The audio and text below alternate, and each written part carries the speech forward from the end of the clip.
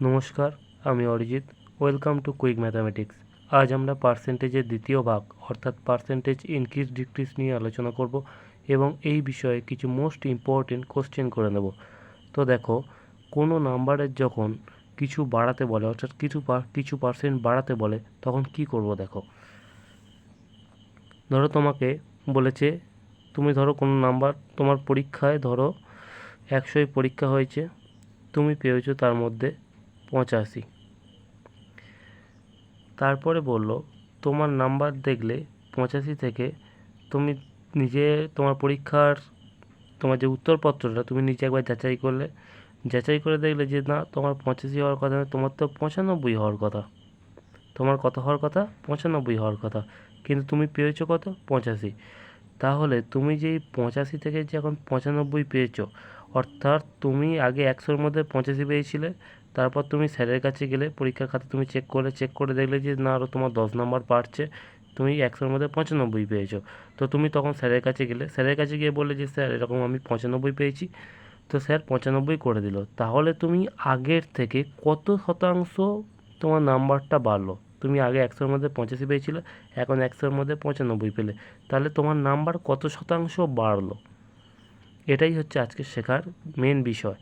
তো দেখো, আমার আগে পেয়েছিলাম 85, বর্তমানে পেয়েছি 95। কত বেশি আছে আমাদের 85 থেকে 95?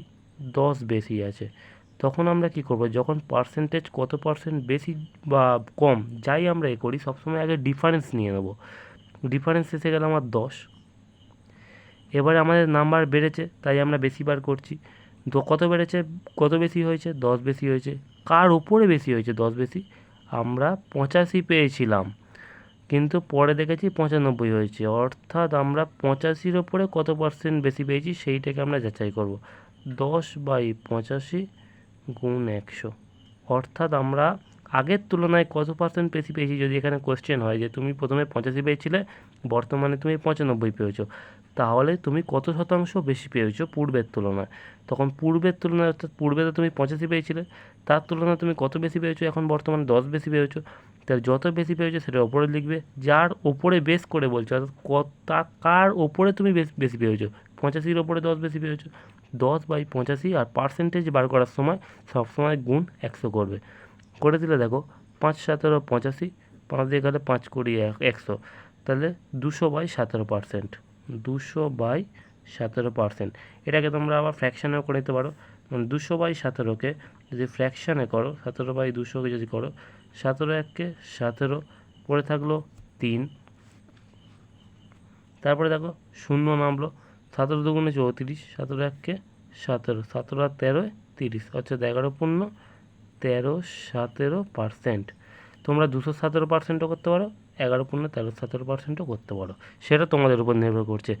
এবার দেখো, তুমি পেয়েছো 95, তুমি নাম্বার পেয়েছো 95, কিন্তু তোমার যে বন্ধু সে পেয়েছে 80। তুমি পেয়েছো 95, তোমার এইটা পুরোপুরি আলাদা বলছি। তুমি পেয়েছো 95, তোমার বন্ধু পেয়েছে 80। এবারে যদি তোমাকে জিজ্ঞেস করে যে তোমার বন্ধু তোমার তুলনায় কত কম পেয়েছে, তোমার বন্ধু তোমার তুলনায় কত কম পেয়েছে, তাহলে আমি কি বলেছি? সবসময় যখনই জিজ্ঞেস করবে কত পার্সেন্ট বেশি বা কম, সবসময় আগে ডিফারেন্স নিয়ে নেবে। ডিফারেন্স কত দেখলে? 95 বিয়োগ 80 কত হয়? 15। ডিফারেন্স নিয়ে নিলে 15। এবার বলছে কত কম পেয়েছে তোমার বন্ধু তোমার তুলনায় কত কম পেয়েছে। তুমি কত পেয়েছো? 95। এখানে বলছে তোমার বন্ধু তোমার তুলনায়, অর্থাৎ তুমি পেয়েছো 95। তাহলে তোমার তুলনায় মানে নিশ্চয়ই নিচে 95 থাকবে, কারণ তোমার ওপরে পার্সেন্টেজ ক্যালকুলেট করতে বলেছে। তো তুমি এর থেকে যদি তোমার বন্ধু 15 কম পায় এবং তুমি যদি সেখানে 95 পাও, তাহলে পার্সেন্টেজ ক্যালকুলেট করার নিয়ম হচ্ছে ইন্টু 100। তাহলে 5×3=15, 5×1=5, 4×5=45, 5×19=95। তাহলে আমার উত্তর হবে এখানে 300/19%। এটাকে তোমরা আবার ফ্র্যাকশান করতে পারবে, ফ্র্যাকশান করে যা হবে ভ্যালু হবে তাই। তত পার্সেন্ট কম পেয়েছে, তত পার্সেন্ট কম পেয়েছে, অর্থাৎ তোমার বন্ধু তোমার তুলনায় 300/19% কম পেয়েছে। চলো আমরা আরও কিছু উদাহরণ নিয়ে নিই।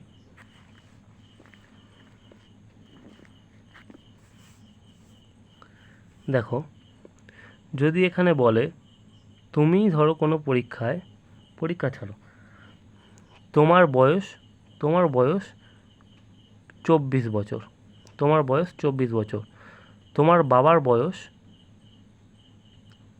45 বছর, তোমার বয়স 24 বছর, তোমার বাবার বয়স 45 বছর। এটা হচ্ছে তুমি, ইউ, আর এটা হচ্ছে ইয়োরস ফাদার, ইয়োরস ফাদার। তোমার বয়স 24 বছর, তোমার বাবার বয়স 45 বছর।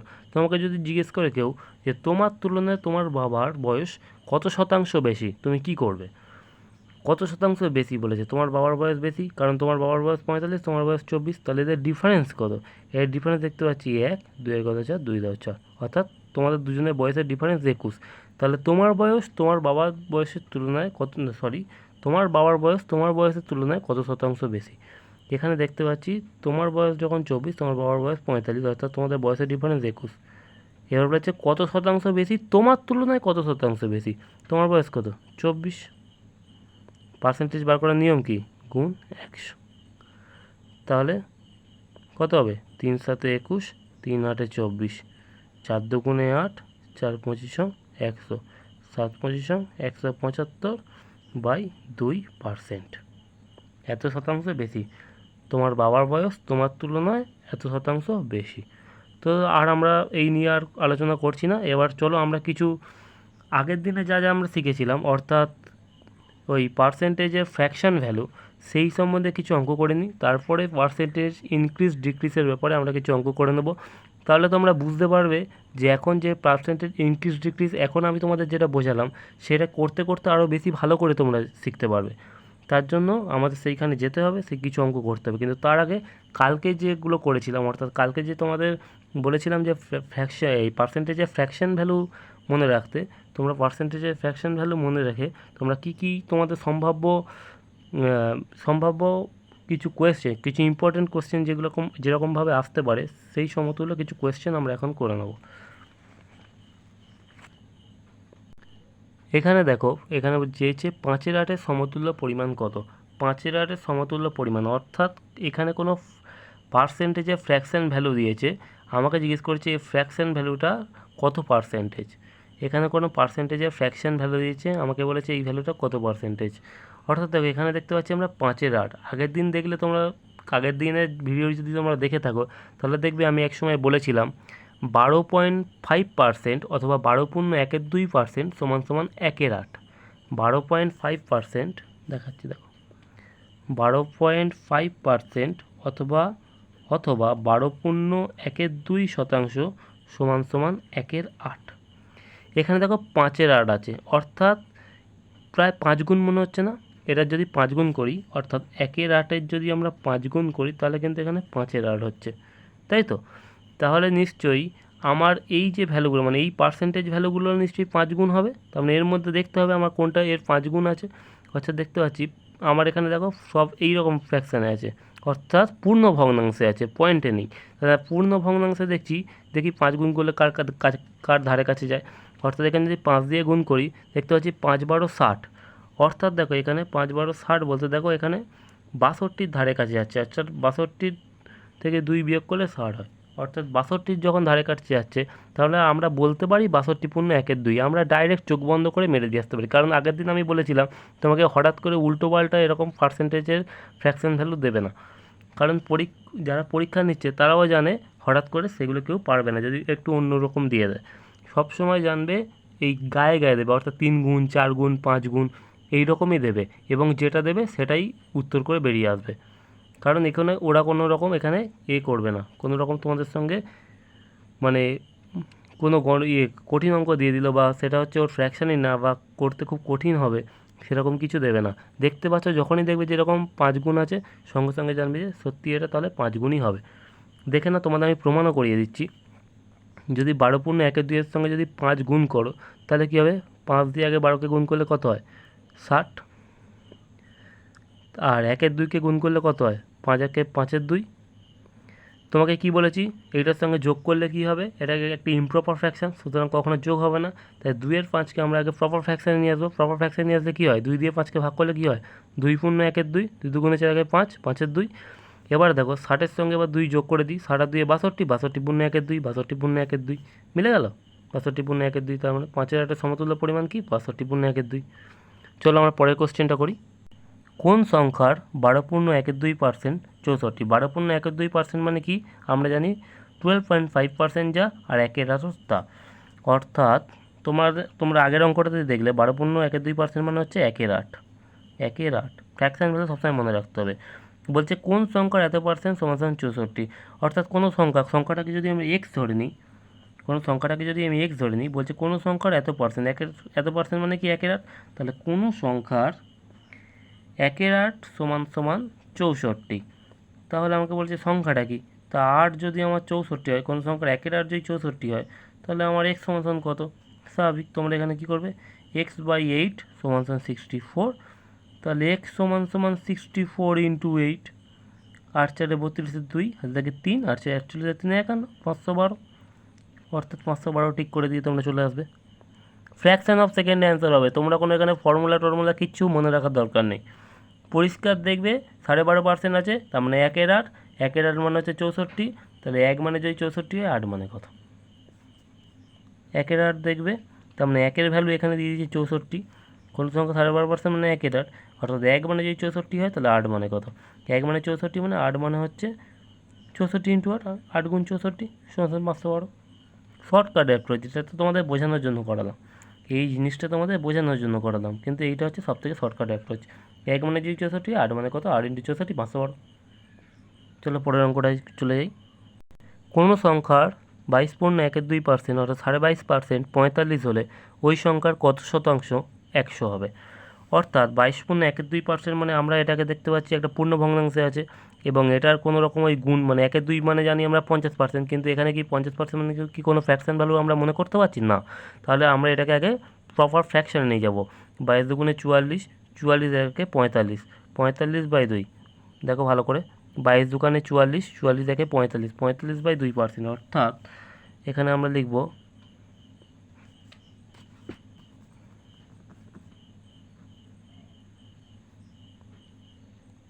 দেখো তোমরা হয়তো একটু দেখতে অসুবিধা হচ্ছে, একটু কনসিডার করে একটু দেখে নাও। 45/2, 45/2, 22 দুগুণে চলে গিয়ে 45, 45/2 ইন্টু 1/100। তোমাদেরকে বলেছিলাম সবসময় পার্সেন্টেজ মানে জানবে 1/100 পরে গুণ হচ্ছে, তা সেটাই দেখো সবসময় দেখো 1/100 গুণ হবে। ভালো করে দেখো, কোনো সংখ্যার 22 পূর্ণ 1-এর 2% যদি 45 হলে ওই সংখ্যার কত পার্সেন্ট 100? তার মানে 22 দুগুণে 44 একে 45, 45/2 ইন্টু 1/100, তাহলে এখানে কত হবে? 45/200। বুঝতে পেরেছো? 45/200। একটু আগে যেটা তোমাদের শেখালাম আমরা তাহলে পেয়ে গেলাম 1/100 মানে 22 পূর্ণ 1-এর 2%-এর ফ্র্যাকশন ভ্যালু কি 45/200। অর্থাৎ বলেছে 22 পূর্ণ 1-এর 2% যদি 45 হয়, কোনো সংখ্যার যদি এত পার্সেন্ট মানে এত হয়, তাহলে ওই সংখ্যার কত শতাংশ 100? ওই সংখ্যার কত শতাংশ 100? আচ্ছা, অর্থাৎ ওই সংখ্যাটার কত শতাংশ 100 হবে। তো আমরা দেখো এখানে দেখতে পাচ্ছি কোনো সংখ্যার এত পার্সেন্ট, অর্থাৎ এক্স সংখ্যাটা এক্সের 45/200 সমান সমান 45, তাই তো বলেছে এত পার্সেন্ট মানে 45। অর্থাৎ এখানে যদি আমরা দেখো, এখানে সাধারণ কমন সেন্স দেখো, এখানে যদি আমরা 200 দিই তাহলে 200 যদি কেটে যায় তাহলে সেখানেই 45 আসছে, অর্থাৎ এক্স সংখ্যাটা কি 45। আর নাহলে তোমরা ক্যালকুলেশন করতে পারো, 45x সমান সমান 200 ইন্টু 45, এইভাবে তোমরা ক্যালকুলেশন করতে পারো। কিন্তু সেইটা হবে কি, এটা যে এক্স সমান সমান তার নিচে 45 দিয়ে দেবে, কাটাকুটি করে সেই 200 আসবে। কিন্তু এখানে কি কমন সেন্স লাগাবে, দেখো 200 সঙ্গে 200 কিন্তু কাটাকুটি যায়, 200 যদি কাটাকুটি যায় তাহলে এক্স সমান সমান কিন্তু আমাদের চলে আসবে, এটা এক্স সমান সমান তাহলে 200টা চলে আসবে, তাহলে কিন্তু এখানে 45 আমাদের কিন্তু কন্ডিশন ফুলফিল করে যাচ্ছে। সুতরাং আমরা এত কিছু কেন কাটাকুটি করতে হবে, আমরা দেখতে পাচ্ছি কন্ডিশন ফুলফিল করে যাচ্ছে, এক্সের মান 200 পেয়ে যাচ্ছি, সুতরাং এক্সের মান আমরা 200 বসাবো। এবারে বলেছে তার মানে আমরা পেয়ে গেলাম কোনো সংখ্যা যেটা চেয়েছে সেটা হচ্ছে 200। এবার বলেছে ওই সংখ্যার কত শতাংশ 100, অর্থাৎ কত শতাংশ 100 চাইছে। তাহলে এই সংখ্যাটা আমার চেয়েছে 100 এর কত পার্সেন্ট, আমার চেয়েছে 100 200-র কত পার্সেন্ট, অর্থাৎ কত শতাংশ 100, অর্থাৎ 100 নিচে 200 কারণ 200-র কত শতাংশ 100 আমাদের সেটাই জানতে চেয়েছে। 100/200 গুণ 100, পার্সেন্টেজ বার করার নিয়ম, গুণ 100 করতে হয়। এবার 100 দিয়ে যদি কাটি, 100 দুগুণে 200, 2 একে 2, 2 50-এ 100 সমান সমান 50%। এখানে দেখো 50 অপশানে আছে, 50 অপশান টিক মেরে তোমার পরের অঙ্কটায় চলে যাও। এক ব্যক্তির দৈনিক মজুরি 25% বৃদ্ধি পায় এবং ওই ব্যক্তি বর্তমানে দৈনিক 500 টাকা মজুরি পান। বৃদ্ধির পূর্বে ওই ব্যক্তির দৈনিক মজুরি কত ছিল? 25% বৃদ্ধি পায়। 25% বৃদ্ধি পাওয়ার অর্থ কী? অর্থাৎ আমরা যদি ওই বৃদ্ধর মজুরিকে যদি 100 ধরে নাও আগে পেত ওই বৃদ্ধ 100 মজুরি, 25% বৃদ্ধি পেয়েছে, 100-র 25% কত? 25, অর্থাৎ সেটাকে যদি বৃদ্ধি পাওয়াই তাহলে হবে 125। এটা শর্টকাট হচ্ছে, সবসময় যখন 100-র ওপরে ধরবে তাহলে 25% বৃদ্ধি পাওয়া মানে 125। যদি বলতো 25% হ্রাস পেয়েছে তাহলে হতো 75, 100 থেকে 25 বিয়োগ করে দিতে হতো 75। শর্টকাট অ্যাপ্রোচটা কি? 25% বৃদ্ধি পেয়েছে, সুতরাং 100-র সঙ্গে 25 যোগ করে দাও, হবে 125। যদি বলতো 25% হ্রাস পেয়েছে তাহলে 100 থেকে 25 বিয়োগ করে দাও, হতো 75। বুঝতে পেরেছো? এখানে বৃদ্ধি পেয়েছে বলে তাই জন্য 100, তাহলে ওর 125 হয়েছে। এবং ওই ব্যক্তি বর্তমানে দৈনিক 500 টাকা মজুরি পান। অর্থাৎ কি 125, আমরা দেখতে পাচ্ছি 25% বৃদ্ধি পেয়েছে মানে 125, অর্থাৎ 125-এর ভ্যালু আমাদের দিয়েছে 500, তাহলে 100-র ভ্যালু কত? বুঝতে পেরেছো? সহজ হিসাব, কিন্তু এরম করতে গেলে আমাদের টাইম লাগবে মানে এটা তোমাদের বোঝানোর জন্য। 25% বৃদ্ধি পাওয়া মানে আরেকভাবে করা যায়। 25%-এর ফ্র্যাকশন ভ্যালু কি? 1/4। 25 একে 25, 25 4 100। এবার যখন বলছে 25% বৃদ্ধি পেয়েছে, বৃদ্ধি পাওয়া মানে কি? 4-এর সঙ্গে এই একটা যোগ হয়ে যাবে। অর্থাৎ যখন 25% বৃদ্ধি পেয়েছে, অর্থাৎ 25% বৃদ্ধি পাওয়ার আগে ওর ভ্যালু ছিল 4, যখন 25% বৃদ্ধি পেল ওর ভ্যালু হলো 5। বুঝতে পেরেছো? অর্থাৎ এই 100 যেটা দেখো তোমরা, এই 100 125-কে কাটাকুটি করলে দেখো 4 আর 5ই পাবে। 100 এ কাটলে হচ্ছে 5, 25 দিয়ে কাটলে 25 4-এ 100, 25 দিয়ে কাটলে 25 5-এ 125, দেখো 4:5। বুঝতে পেরেছো? তোমরা এই এত কাটাকুটি করে এইভাবে না গিয়ে এই 25%-কে ফ্র্যাকশানে আনবে। যখন বলবে বৃদ্ধি পেয়েছে তখন লবটাকে হরের সঙ্গে যোগ করে দেবে। হরটা হচ্ছে মেন ভ্যালু, অর্থাৎ হরটাকে ধরে নেবে 100 এবং যখন যোগ করবে সেইটা হয়ে যাবে স্যার বৃদ্ধি পাওয়া ভ্যালু। যখন বলবে লেস তাহলে এই লবটা হরের থেকে বিয়োগ করে দেবে। বিয়োগ করে দিলে যেটা হবে সেটা হচ্ছে তার 25% লেস পাওয়া ভ্যালু, আর হরটা থাকবে হচ্ছে তোমার মেন, অর্থাৎ ওটা হচ্ছে ফিক্সড, ওটা 100। তাহলে দেখো এখানে, তাহলে যখন 25% বৃদ্ধি পেয়েছে তাহলে 1-এর সঙ্গে 4 যোগ করে দিলাম, যোগ করে দিয়ে হলো 5, অর্থাৎ 25% বৃদ্ধি পেয়েছে মানে এই 125টাই আমরা দেখে নিলাম এখানে 5, আর মেন ভ্যালু হচ্ছে 4 এবং 100টা 4। এখানে বলেছে ওই ব্যক্তি বর্তমানে 500 টাকা মজুরি পান, অর্থাৎ 25% বৃদ্ধি পাওয়ার পর তিনি 500 টাকা মজুরি পান, অর্থাৎ 5-এর ভ্যালু হচ্ছে 500। কত গুণ হচ্ছে? 100, 5 100 500, তাহলে 4-এর ভ্যালু কত ছিল? 4 × 100 400। অনুপাত সমানুপাত পড়নি? এর সঙ্গে যা গুণ হবে এর সঙ্গে তাই গুণ হবে, সেম প্রসেস। 4-এর ভ্যালু যদি 5-এর ভ্যালু যদি 500 হয়, 4-এর ভ্যালু তাহলে 400 হবে। তাহলে ওই বলেছে এখানে কি দেখো, বৃদ্ধির পূর্বে ওই ব্যক্তির দৈনিক মজুরি কত ছিল? বৃদ্ধির পূর্বে, বৃদ্ধি পাওয়ার পরে ওর মজুরি ছিল 500, কিন্তু বৃদ্ধি পাওয়ার আগে ওর মজুরি ছিল 400, অর্থাৎ এই 400 টাকাটা টিক মেরে দিয়ে আমরা পরের অঙ্কটায় চলে যাব। এক ব্যক্তির দৈনিক মজুরি 18% হ্রাস পায় এবং ওই ব্যক্তি বর্তমানে দৈনিক 41 টাকা মজুরি পান। মজুরি হ্রাসের পূর্বে ওই ব্যক্তি দৈনিক মজুরি কত ছিল?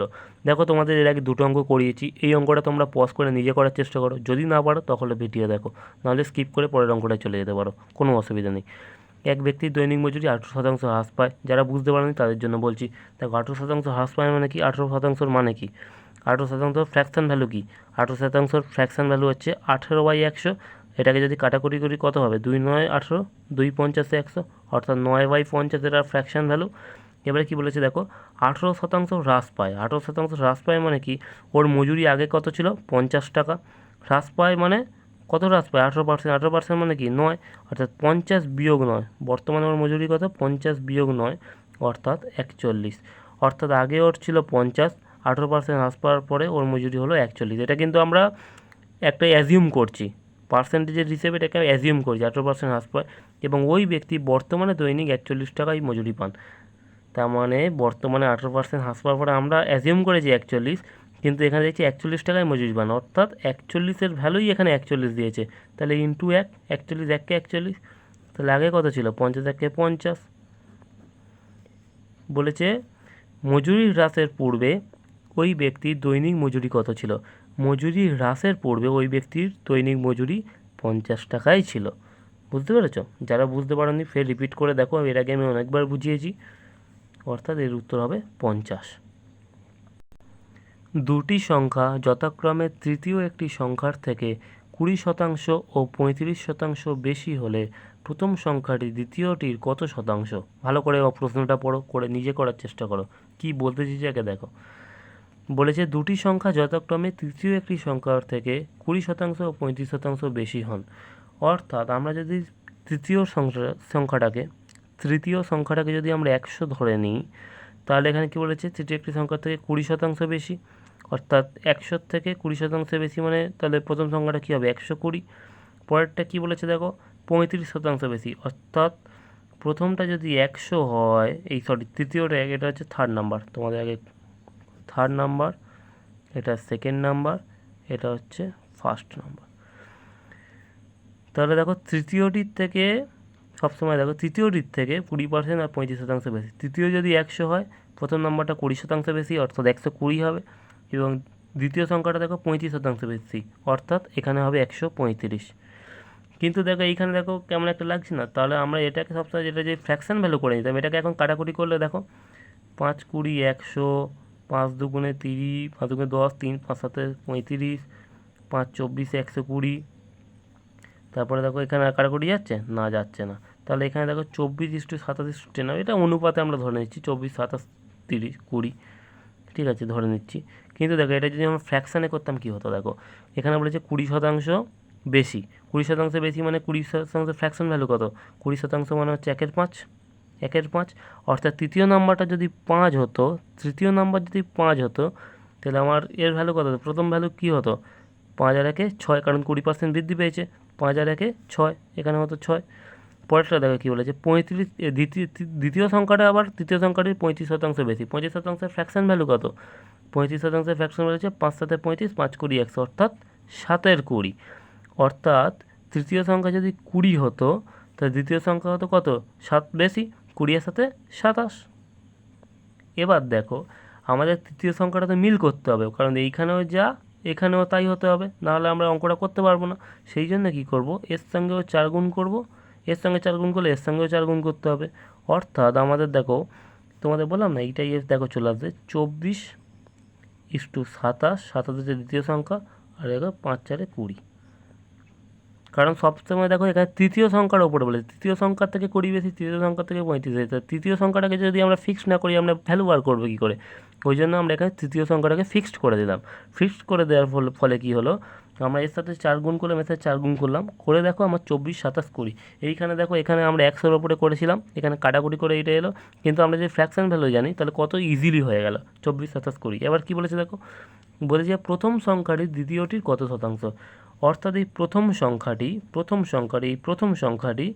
দ্বিতীয় সংখ্যাটির কত শতাংশ, দ্বিতীয় সংখ্যাটির কত শতাংশ। এখানে কিন্তু বলেননি যে কত শতাংশ বেশি, এখানে বলেছে প্রথম সংখ্যাটি দ্বিতীয় সংখ্যাটির কত শতাংশ, শুধু শতাংশ বার করতে চেয়েছে।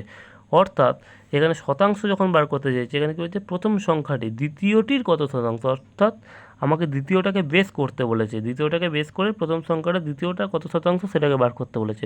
দ্বিতীয়টা কত? 27। এখানে দেখো দ্বিতীয়টা 27, প্রথমটা কত? 24। বেসটাকে সবসময় নিচে রাখবে। এবার আমাকে পার্সেন্টেজ বার করতে বলেছে প্রথমটার, তাহলে প্রথম ভ্যালুটা ওপরে রাখলাম 24। পার্সেন্টেজ বার করার নিয়ম হচ্ছে গুণ 100। তাহলে 3 8 24, 3 9 27। তাহলে এখানে দেখো 800/9। দেখো অপশানে আছে 800/9, হ্যাঁ এই দেখো অপশান নাম্বার সি। তো এটাই হবে কারেক্ট অ্যান্সার। আশা করি তোমরা বুঝেছো, এবং যদি না বুঝতে পারো, যদি একান্ত না বুঝতে পারো, তোমরা ভিডিওটাকে রিভাইন্ড করে ফের দেখো, বুঝতে পারবে। তো পরের অঙ্কটায় চলো। দুটি সংখ্যা যথাক্রমে তৃতীয় একটি সংখ্যার থেকে 40% 46% কম হলে দ্বিতীয় সংখ্যাটি প্রথমটির থেকে কত শতাংশ কম। কিছু বাচ্চা আছে বা কিছু ছেলে আছে যারা ফের ওই 100 ধরেই করবে, 100 থেকে হচ্ছে 40 কম মানে 60 করবে, আবার 100 থেকে 46 কম মানে করবে। যারা যারা বুঝেছো তারা ফ্র্যাকশান ভ্যালু ধরে করো, করে আমার ভিডিও পজ করে তোমরা এই দেখে অঙ্কটা দেখে তোমরা ফ্র্যাকশান ভ্যালু ধরে করো। এবং যদি উত্তরটা তারপরে না মেলে তখন তোমরা আমার ভিডিও দেখো, দেখলে আশা করি বুঝতে পারবে। তো চলো আমরা অঙ্কটা শুরু করি। এখানে বলেছে 40% আর 46% কম হলে, অর্থাৎ 40% ফ্র্যাকশন ভ্যালু কি 2/5। 2/5 মানে হচ্ছে এখানে যদি তৃতীয় সংখ্যাটাকে যদি আমরা 5 ধরি, তার মানে 2 কম 2/5।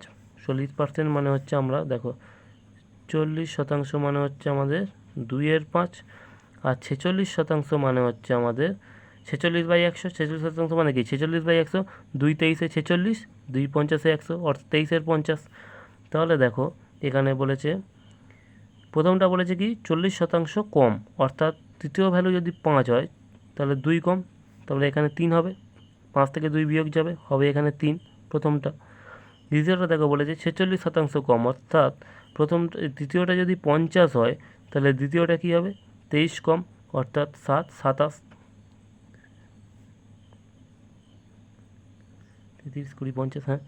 এবারে দেখো আমাদের তৃতীয় ভ্যালুটাকে আমাদের সবসময় দেখো তৃতীয় সংখ্যার থেকে ওটা কম, তৃতীয় সংখ্যার থেকে ওটা কম, অর্থাৎ আমাকে তৃতীয় ভ্যালুটাকে বরাবর করতে হবে, নাহলে আমরা অঙ্কটা করতে পারবো না। তাহলে দেখো এখানে 50 আছে, এখানে 5 আছে, তাহলে 5কেই আমরা 50 করাটাই বেস্ট হবে। 50কে 5 করার থেকে 5কে 50 করা আমাদের ইজি আছে, কারণ এটার সঙ্গে 10 গুণ করে দাও, তাহলে এটার সঙ্গে 10 গুণ হবে। অর্থাৎ দেখো, অর্থাৎ এটা হচ্ছে প্রথম নাম্বার, এইটা হচ্ছে দ্বিতীয় নাম্বার, আর এটা হচ্ছে আমাদের তৃতীয় নাম্বার। তাহলে দেখো এটা থেকে যদি করি 30 27 50, এটা প্রথম নাম্বারের 30, দ্বিতীয় নাম্বার 27, তৃতীয় নাম্বার 50। এবার বলেছে দেখো দ্বিতীয় সংখ্যাটি প্রথমটির থেকে কত শতাংশ কম। দ্বিতীয় সংখ্যা, এখানে আগের অঙ্কটায় কী বলেছিল, আগের অঙ্কটা বলেছে কত শতাংশ, কোনো কম বেশির কথা বলেনি। এটা দেখো কত শতাংশ কম বলছে আমাদের, অর্থাৎ এখানে বলছে প্রথমটির থেকে কত শতাংশ কম দ্বিতীয় সংখ্যাটা। প্রথমটা কত 30, দ্বিতীয়টা কত 27, কত কম আছে 3 কম আছে, তাহলে লেখো 3। কার ওপরে কম, দেখো প্রথমটির থেকে কত শতাংশ কম, অর্থাৎ বেশ কত 30। গুণ দিয়ে দাও 100, পার্সেন্টেজ বার করার নিয়ম, 0 0 কেটে দাও, 3 একে 3, 3 একে 3, অর্থাৎ 10%, অর্থাৎ 10% কম। দ্বিতীয় সংখ্যাটি প্রথমটির থেকে কত কম 10% কম। দেখো অপশান নাম্বার বি আমাদের আছে, তাহলে এটাই হবে কারেক্ট অ্যান্সার। পরের অঙ্কটায় চলো। কোনো শহরের জনসংখ্যা 10% হারে হ্রাস পায়, বর্তমান জনসংখ্যা 20,000 হলে 3 বছর পরে ওই শহরের জনসংখ্যা কত হবে। ভালো করে দেখো এখানে বলেছে 10% হারে হ্রাস পায়, অর্থাৎ 10% ফ্র্যাকশন ভ্যালু কি, যে জানে কমেন্ট করো এক্ষুনি।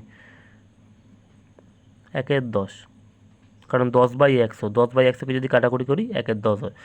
বর্তমানে জনসংখ্যা 20,000 হলে 3 বছর পরে ওই জনসংখ্যা কত হবে, 10% হারে কী হয় হ্রাস পায়, অর্থাৎ এবছর যদি 10 থাকে পরের বছর কত হবে, 10 থেকে 1 বিয়োগ দাও 9 হবে, যেহেতু হ্রাস পায়। যদি এখানে বলতো 10% বৃদ্ধি পায় তাহলে কী বলতাম, 10 আর 1-এ 11 বলতাম, এখানে হ্রাস পেয়েছে বলে সেই জন্য 1 বিয়োগ দিলাম, যদি বৃদ্ধি পেত তাহলে 1 যোগ করে দিতাম। তাহলে এটা প্রথম বছর 10 9, দ্বিতীয় বছরও তাহলে কত হবে, এখানে হবে 10, পরের বছর এখানে হবে 9, ফের তৃতীয় বছর, কারণ এখানে 3 বছর পরে, 3 বছরে যদি 3 বছরের মাথায় যদি 10 থাকতো তার মানে 3 বছর, তার 3 বছর বাদে কী হতো 9, অর্থাৎ প্রথম বছর 10 ছিল 9 হলো, দ্বিতীয় বছরও 10 ছিল 9 হলো, তৃতীয় বছরও 10 ছিল 9 হলো। এরকমভাবে করতে পারো। এবার 3টাকে গুণ করতে পারো, 10 10কে 100, 10কে 1000, 9 কিউব কত, কে কে জানো কমেন্ট করো। 729, 9 9 81, 81 ইন্টু 9, 9 1-কে 9, 9 8-এ 72, 729। এবার এখানে দেখো কি বলেছে, বলেছে বর্তমানে জনসংখ্যা 20,000 হলে, অর্থাৎ এটা 3 বছর পরে, কিন্তু এই যে ভ্যালুটা এলো এই ভ্যালুটা হচ্ছে আমার শুরুতে ছিল, একদম প্রথম বছর, প্রথম ইয়ার, ফার্স্ট ইয়ারে ছিল। এখানে 3 বছর পরে যে ভ্যালুটা সেটা হচ্ছে আমার এইটা এলো, এইটা হচ্ছে আমার after third year, after third year এটা এলো, বুঝতে পেরেছো, আফটার থার্ড ইয়ার এটা এলো।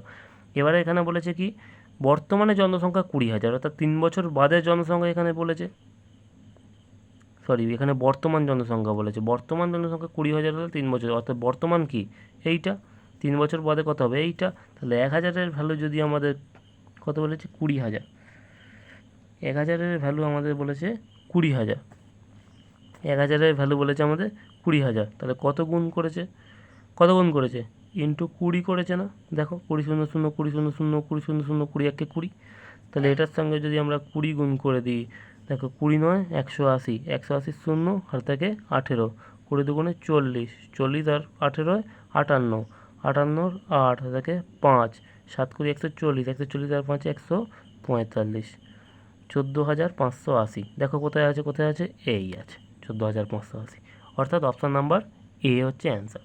আচ্ছা, এইটার একটা শর্টকাট নিয়ম আমি তোমাদের বলে দিই। শর্টকাট বলতে দেখো, বুঝতে পারলে সবই শর্টকাট, কারণ এখনও অবধি কোনো শর্টকাট নিয়ম ওইভাবে কিছু হয় না, শর্টকাট বলে কিছুই হয় না। তোমরা যেটাকে বুঝতে পারছো সেইটাকে সঠিক অ্যাপ্রোচে, সঠিক অ্যাপ্রোচ কোনো কোয়েশ্চেনের ক্ষেত্রে লাগানোটাই হচ্ছে শর্টকাট।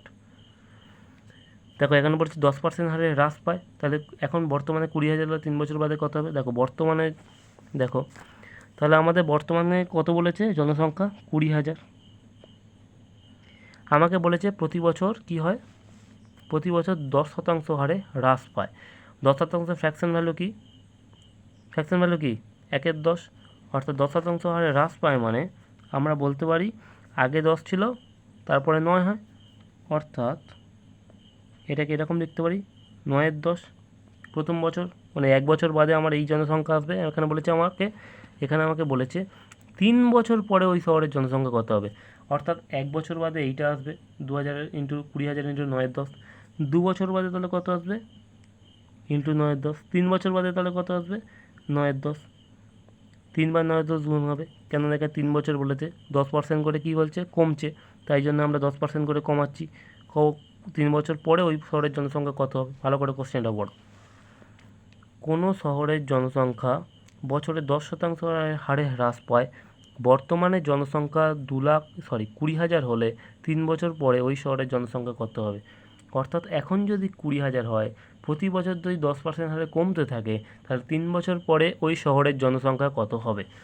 তাহলে দেখো এখন 20,000, প্রতি বছর 9/10 করে কমছে, অর্থাৎ 20% করে কমছে, 10% করে কমছে, সেই জন্য 9/10, 9/10, 9/10, 3 বছর বাদে যত হবে তত।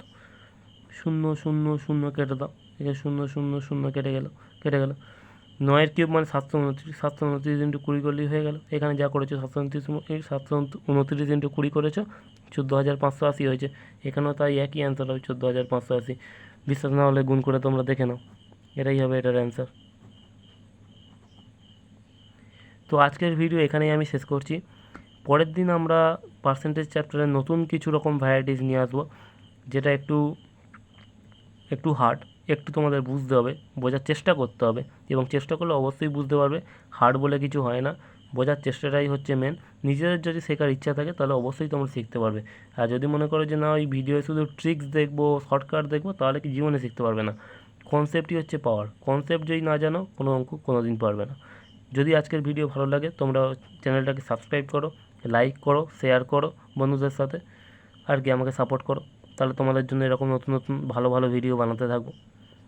আজকের জন্য টাটা।